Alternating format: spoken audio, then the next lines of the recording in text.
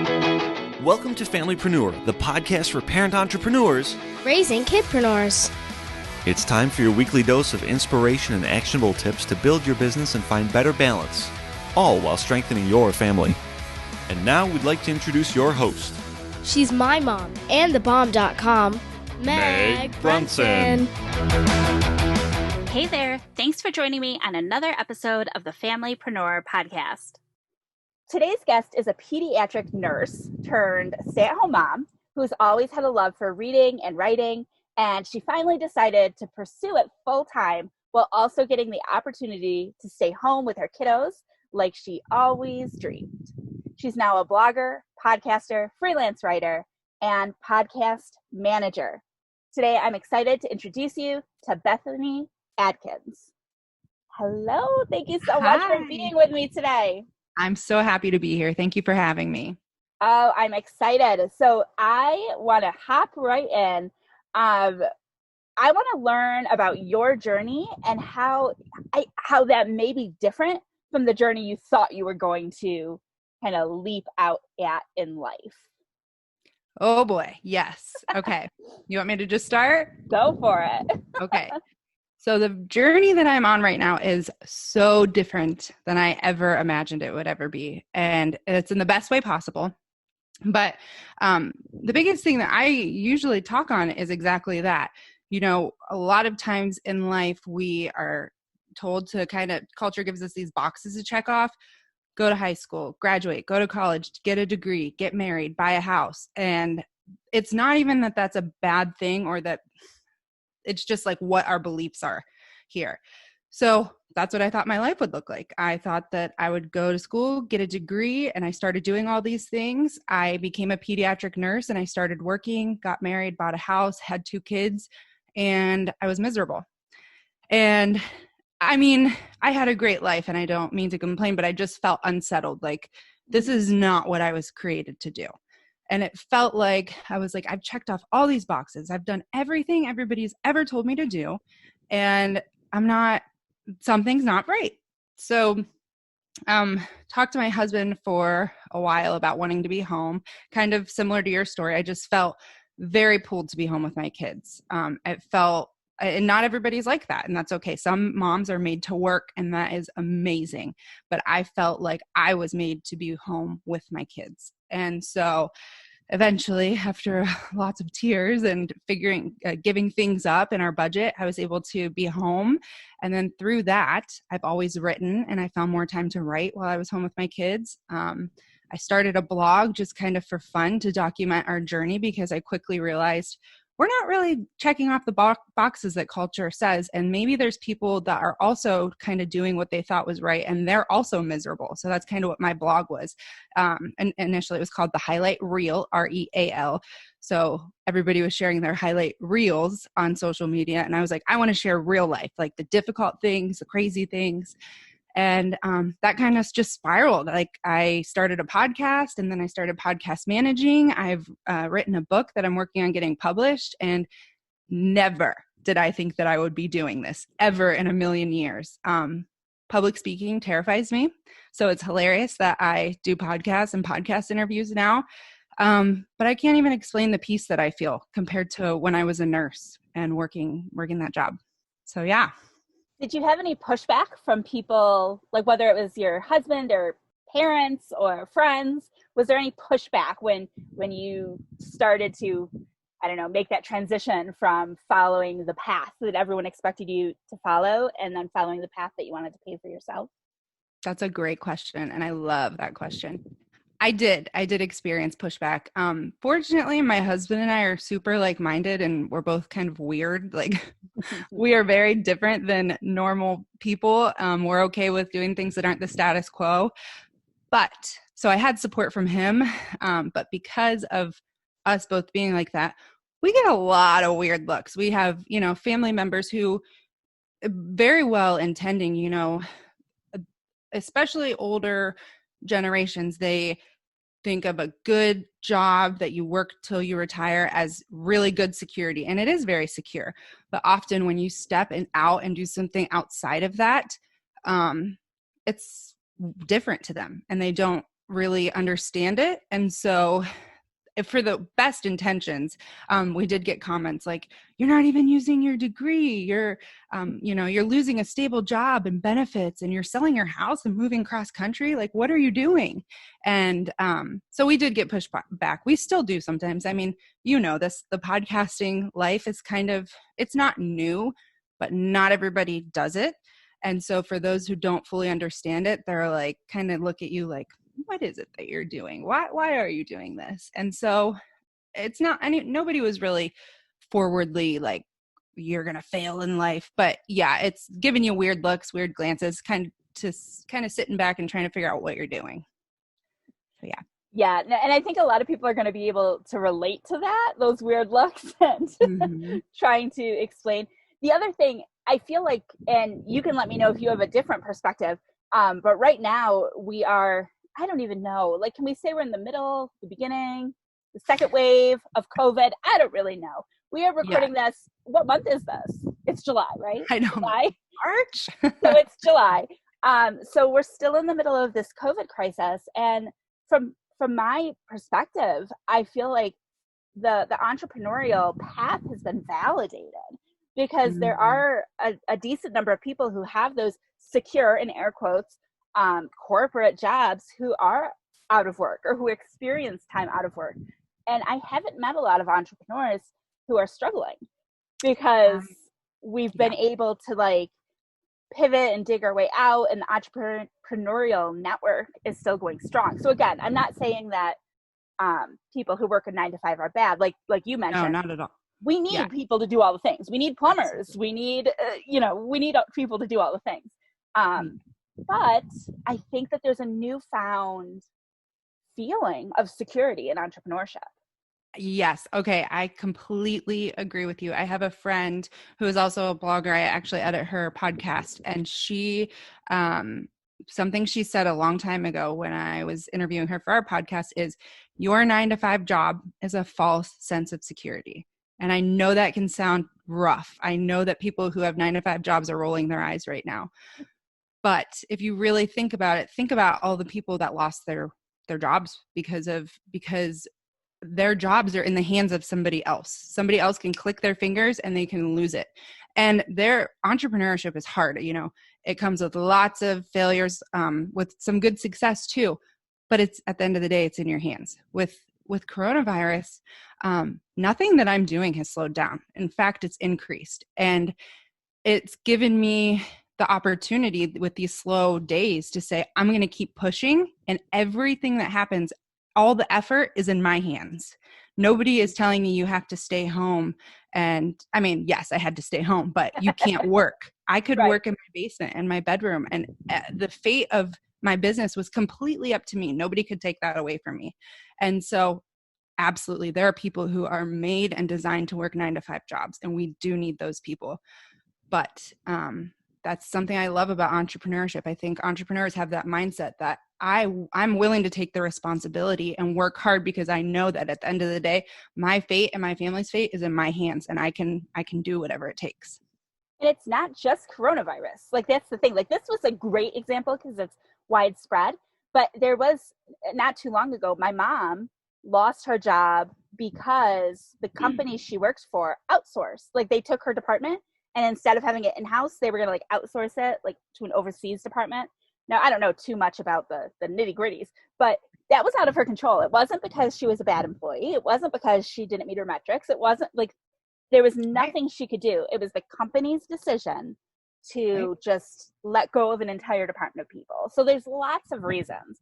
But coronavirus has just like highlighted it and brought it to the forefront. So absolutely, I'd love to know, like, for you, we've both been in the situation where we were at a 9 to 5 job and we had to make that decision that we were going to leave. I'd love to know a little bit more about what you think about, weighing the options and when is the right time to leave your 9 to 5, if that's the path you are thinking about taking. Yeah, absolutely. Okay. So my first thing would be, if it's financial, you obviously want to be smart about it. You don't want to, if you have kids, you need to be able to feed your kids. You need to be able to have a house. So you need to be responsible about it. But, something for me was, what cuts could I make? Like, I would have done anything to be home with my kids. I told my husband, I will cut anything and everything. So we looked at our budget and we cut babysitting because I was going to be home. We cut cable, Netflix, our iTunes. I mean, I would have given up anything extra to be home with them. And we did that to make it work. But if you're not willing to look and make cuts, then you're probably not ready to leave your 9-to-5 job, because it is risky, especially having a business. You have to be willing to sacrifice and give things up. And so if you're not willing to sacrifice the small things like cable, I would say it's probably not quite time yet. You're not quite there. So that's okay. But also, even if you sit down and you do realize, even if we make these cuts, we can't make it work. Sometimes you just got to stay where you're at, and grind it out for a little bit until you're ready. I also had to do that. We looked at our budget and realized it's probably not time yet. A little bit more. Let's set these goals and reach these goals. And when we hit these goals and can make it work, then we'll do it. And I wanted to be home so desperately, but I also knew I've got to be responsible and make sure I have a reliable car for my kids and a safe house. And so you have to kind of be willing to make risks and take leaps, but also be pragmatic and responsible about it too. Does that make sense? Yeah. And on the financial piece too, one thing that I'm not good at that my husband balances me out with is thinking about a lot of the little things. So like, think about, I feel like this just came to me, but like a good exercise might be to like track your expenses for 30 days, including like, how much money are you spending on gas for your husband or for you or your husband to get to work every day? And money that's being spent on lunches when you're at work. I know when I worked, I would buy lunch out a lot because we had a cafeteria on site and it was just convenient and easy. And those are all like, by leaving your job to come home, that's all savings. Like you're not going to be making those expenses. So really diving deep into that. Yep, absolutely. And I have a free download that's a budget slip. It has a video. It's something my husband and I created that we use to help us figure this out. So I'll give you the link to that. I'll give you the link to that if your listeners are interested. It's completely free, no strings attached, but it just helped me so much. So I just love giving it to people because, we do a video walking you through how to do it. So that's brilliant. I probably could have used that 3 years ago. Right. Where were you? That's awesome. I think finances are the biggest, I don't know, risk, like the biggest concern. What about, can you talk a little bit more about that? We talked a little bit about the highs and lows of entrepreneurship, right? You don't have the insurance and all of those things. So how have you, or does the freebie go into that too? Like once you've made the decision that you can afford to leave, do you have any tips for how are you going to ensure that you can afford those highs and lows? Yeah, that's a good question. Just like the fluctuations of your income, you mean? Yeah. We, my husband does sales too. So that is every month his income is different. And so I think the biggest tip that I would give for that is, and this is exactly what the budget slip does, you list every expense that occurs every month. So every recurring thing. And then you figure out what that is. For us, it's like $5,000 because we have student loans. We have to have $5,000 every month. And so we know that at the beginning of the month, we need to have $5,000 in our checking account to make it through that month. And so we're just very strict about how, like, making sure that's in there. And if we have a good month where we make a ton of extra money, it's easy to think in your head, oh, I can go on vacation this month. But it's important to remember that sometimes, like this month, my husband didn't sell anything last month. So we didn't make that amount. So that is important to have a reserve. So this month we're having to pull from our reserve, which was, we had a good month a couple of months ago. We're pulling from our reserve and we're okay. We're okay. But I think it's important to remain disciplined when you do have those fluctuations. When you have a spike in your income, don't just blow it. You have to know, we have to be smart about the future. Sometimes things are going to come up. We might lose our job or somebody might get sick, and it's important to have that reserve and be disciplined. And you might lose a client. Right. Absolutely. whatever Yeah. the situation. And again, those are still just risks that we all Yep. have and we all take. And I think you hit the nail on the head there. So I appreciate. Well, thank you. Yeah. I'm not the financial expert. That's what that's what my husband is. You balance each other out. I'm the one that's like, oh, we had a good month. Let's Yeah. let's I find a know. vacation. Let's do something special. Yes. Let's celebrate. Right. So I feel like you're balancing me out a little bit. So, okay, I'd love to know, and I don't know if this is something you've really thought about before or not, but in your life, in your home, have you redefined balance, or how do you define balance? I feel like everybody has this internal struggle with work-life balance or entrepreneur family balance. That's kind of how I equate work-life balance when you're an entrepreneur.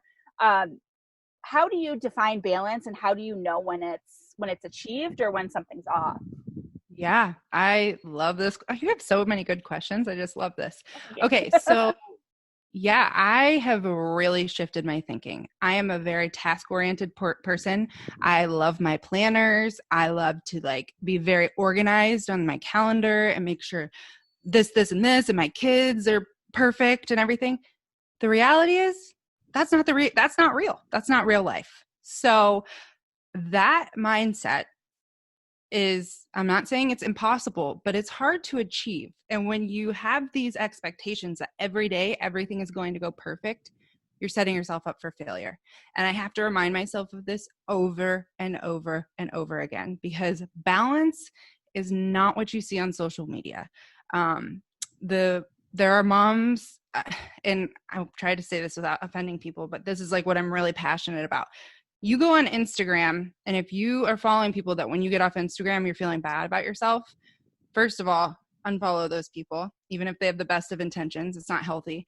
Second of all, you don't know what their real life looks like. You can be anything you want to be on Instagram. And so that one thing on our Instagram is I talk about all the struggles, because I hate getting on there and feeling like I don't want to ever be something I'm not, and I'm not perfect, and I'm redefining balance. So for me, balance is synonymous with peace, and balance changes.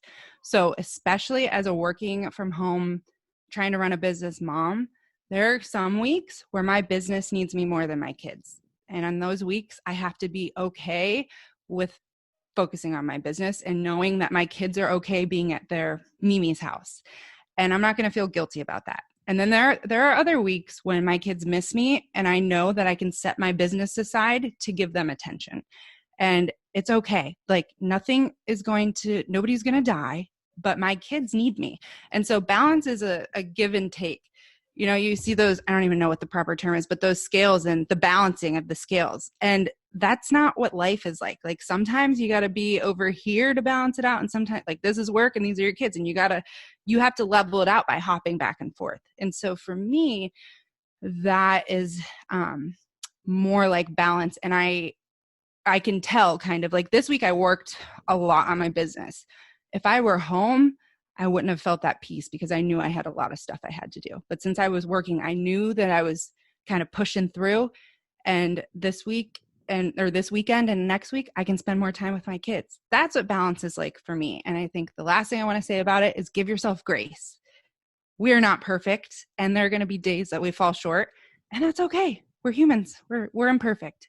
But it's just about reminding yourself, balance, it's not what we think, and balance can look different for me than it does for you. And I got to do what works best for me, my kids, my family, and my business. So yeah, that's what I would say about it. No, I love that. I love to just talking about social media. I feel like that's such a big thing for me, because you'll see other parent entrepreneurs who are on Instagram and everything does look perfect. And I don't want to dive into specific people, but there is an instance that's semi-recent where the influencer, the person, came out and talked about how that she's getting a divorce. And for so many people, it felt like, whoa, how did this happen? And it's because you're not her, you're not in her life, you're not in her home. But it really makes you go back and look at the past few weeks, months, And Yeah. you see these pictures, and knowing what you know now, Yep. you can understand how it's just curated. Yes, And absolutely. I want to say one more thing about that, and it has yeah, to do with the divorce again. The other day I was on social media and I saw somebody that was an acquaintance of mine.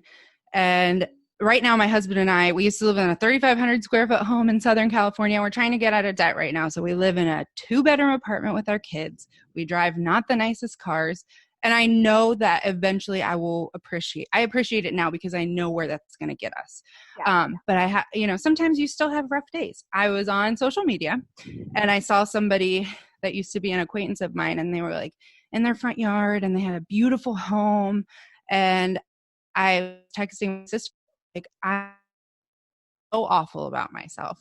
I shouldn't be at this point in my life. I'm living in an apartment. I'm almost 30 years old. I feel like a failure. And she said, you have no idea what's going on in that person's life. You don't know anything. All you saw is a picture of their house. There could be awful things going on. And we actually found out that they're going through a divorce right now. And so it just goes to show, do not gauge or compare yourself to people on social media. Just like you said, I mean, that's 2 different instances where yeah. you just shouldn't, even if someone is showing their true selves and they have a perfect life, that's what works for them. I like being imperfect because I feel like it helps me to relate to other people. So I don't know. Perfect isn't fun anyways. And honestly, I mean, using your own story, and you probably know this, but like you've taken a step back and you feel like a failure, and I can understand that. Like Yeah. I think you're wrong, but I can understand I can understand that feeling, you Yeah. know? But the reason that you're wrong, and like I said, I think you know this, is because that was the responsible thing to do. If you had kept going on in this facade where you had all the things you thought you should have by now, you just end up digging yourself into a bigger hole. Student loan debt is no joke. It is Right. no joke as somebody who's still paying off their student loans. Yeah. So Yeah. taking a step back, you're setting yourself up for long-term success. And when you do get that, when you do reach those goals, they're going to be steady. Yes. And they're going to continue for the rest of your life. So it's a little setback.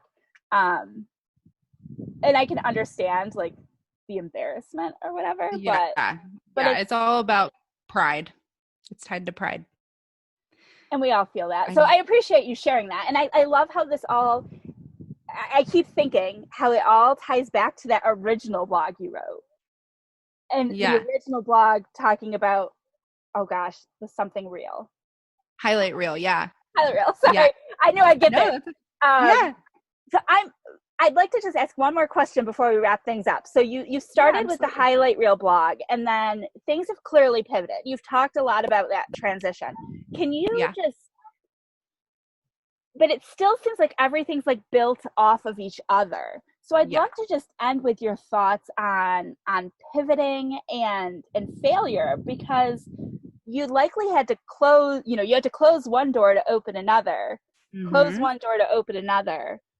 So what are your thoughts on that process of pivoting and failing as an entrepreneur?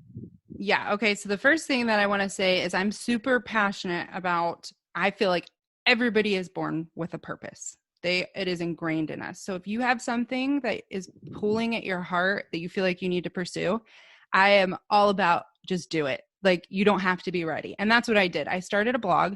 I knew that I wanted to talk to people about my marriage struggles, my finance struggles, my parenting struggles, because nobody was out there doing it. And so I just did it. And that was the highlight reel. But I knew that also along the journey, my whole point of the blog was to talk about my growth throughout the journey and us trying to get out of debt. I didn't want to wait until we were out of debt to share the story. I wanted to be like, we're doing it now. So if you want to do it now with us, do it. And we're going to share. There were debt updates on our podcast. They're still there, where we went up. And that was so embarrassing to share, where we went up in debt that month. But that's real life. So that was the first thing. But I knew, because I was going to keep growing and hold myself accountable through this journey, that I was bound to change. Like, I had so much to learn. And so I'm always open to changing, like even my perspective on things. But through growth, you're going to realize maybe I should tweak this a little bit, and that's okay. So that's what I did. We started out as the blog. I was already obsessed with podcasts, and I just felt like God was kind of telling me, like, you need to start a podcast. So I did that. Loved it. I do that more than writing now. And it also, this, it's just kind of figuring out what your audience wants from you and who you're talking to. And so I've kind of just over the last year refined that. And I realized that I'm really passionate about talking to my generation specifically, because I think we're very confused and we're trying to figure out how to check those boxes off and please our parents and the older generation. But also we feel very passionately that we, like blogging, that's not a traditional job, but it's a great one, and about being entrepreneurs. So, I changed the podcast name to the Millennial Mission, and it's talking to not just millennials, even if you know millennials, but just encouraging people, you have a purpose, you need to figure out what it is, and you need to pursue it and not care what other people think. So it's all the same. We share our real life, our real journey, but it's just about giving people what they want and talking to who we're talking to, and also knowing that, hey, in 2 years, we might change again, because we're always growing and learning. And none of that, I like that you didn't actually use failure. Like none of that is a failure. It can feel that way in the moment. Yes, but absolutely. It's just a learning and growth. And if you want to, I have failed. I fail daily, but I have learned to step into failure and lean into it and get excited when I do fail, because instead of me avoiding it, I know that when I fail, I grow. And so every time I fail, naturally we want to protect ourselves from failure. But now I'm learning, okay, this hurts, it stings. I want to curl up in a ball, but I also have shifted my thinking to say, okay, not why me, but what can I learn from this? What can I learn from this failure? And then it's not a failure. Just like we were talking about with our kids, you love when your kids fail. Prior to recording, I love that. I want my kids to fail, because we're all going to fail in life, but it's what do you do in that dark moment, in that failure? Are you going to avoid it and just mope about it and be a victim? Or are you going to say, okay, what can I learn from this? And I think that when we can do that, that's like the secret sauce right there. Oh, this has been amazing. Bethany, can you please share, where can our listeners connect with you? The podcast they can find, I'm sure, on wherever they're listening to this podcast, They can likely go find you there, but where else can they connect with you? Yeah, again, the podcast is the Millennial Mission podcast. Our Instagram is at Bethany and Corey, and I'll give you the links to all this stuff. Like I said, Instagram, we have a lot of fun on there. We're very real. We do lots of fun giveaways. So come hang out with us on there. That's where we are pretty much every day. And then my website is just BethanyAdkins.com. And I'll be sure to give you the link to that free download too. Awesome. We will put all those links in the show notes. And I just want to thank you for taking time out of your schedule. I know you're traveling right now, so taking time on a travel day to connect, I appreciate it. Absolutely. Thank you so much for having me. That's it for today's episode of the Familypreneur Podcast. You'll find all the links mentioned in this week's episode and the show notes at megbrunson.com/podcast. Until next week, I'll see you over in the Familypreneur community. Bye for now.